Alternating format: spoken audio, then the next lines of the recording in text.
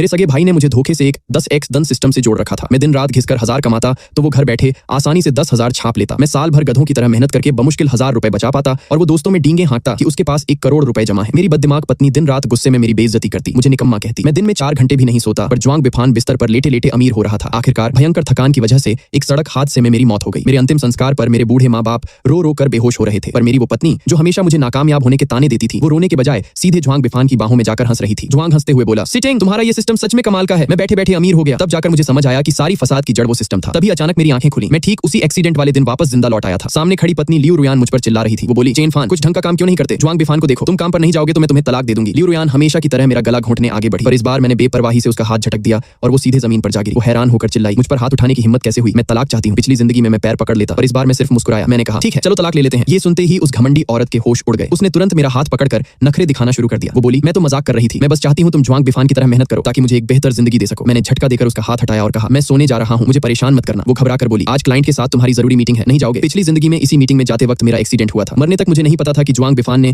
मुझे उस सिस्टम की बेड़ियों में जकड़ रखा था। मैं गधे की तरह मेहनत करता और वो मुझसे 10 गुना कमाता। मेरी जिंदगी की कीमत पर वो लंबी उम्र और अच्छी सेहत पा रहा था और मैं घुट घुट कर जी रहा था। मेरे मरने के बाद मेरे बूढ़े माता पिता को गहरा सदमा लगा और ज्वांग बिफान मेरी बची खुची जिंदगी को रौंद कर ऐश कर रहा था। अब मैं ऐसा नहीं होने दूंगा। मैंने मन में सोच लिया कि जब ज्वांग को पैसे कमाने का इतना ही शौक है तो मेरे बिना कमा कर दिखाए। मैं साफ कह दिया, मैं कहीं नहीं जा रहा हूँ। लियू रुयान की आंखें फटी की फटी रह गई। मैंने अचानक कमरे का दरवाजा बंद करके ताला लगा दिया। जब सोकर उठा तो अगले दिन की दोपहर हो चुकी थी। घर खाली था। मुझे एक पुरानी डील से जो 10 लाख रुपए मिले थे, मैंने बिना सोचे समझे वो सारे पैसे अपने माता पिता के बैंक अकाउंट में ट्रांसफर कर दी। जैसे ही मैं अपनी कंपनी पहुंचा, ज्वांग बिफान और लियू रुयान मेरे पीछे पीछे आ गए और आते ही मुझ पर बुरी तरह खरी खोटी सुनाने लगे। लियू रुयान चिल्लाई, हमारे जॉइंट अकाउंट से 10 लाख रुपए कहाँ गायब है? जल्दी वापस करो, उस पैसे में आधा हिस्सा मेरा भी है। ज्वांग बिफान बीच बचाव का नाटक करते हुए बोला, रुयान बेताब हो गई है भाई, तुम्हें बिना बताए पैसे ट्रांसफर नहीं करने चाहिए थे, रिश्ते खराब होते हैं। मैंने तिरस्कार से मुस्कुराते हुए कहा, मैं अपनी पत्नी से बात कर रहा हूँ, बीच में भौंकने वाले तुम कौन होते हो? ज्वांग बिफान का चेहरा शर्म से लाल हो गया। ये देखकर लियू रुयान को बड़ा दर्द हुआ। उसने मुझे मारने के लिए हाथ उठाया। चेन फान, ये क्या बदतमीजी है? ज्वांग तो हमारा भला ही चाहता है। मैंने उसका थप्पड़ हवा में ही रोक दिया और उसे पीछे धकेला तो वो सीधे ज्वांग बिफान की बाहों में जा गिरी। वो कांपती आवाज में मुझे कोसने लगी। वो हमेशा मेरी तुलना ज्वांग से करके मुझे नीचा दिखाती थी। इतने सालों में उसने मुझे इतना डरा दिया था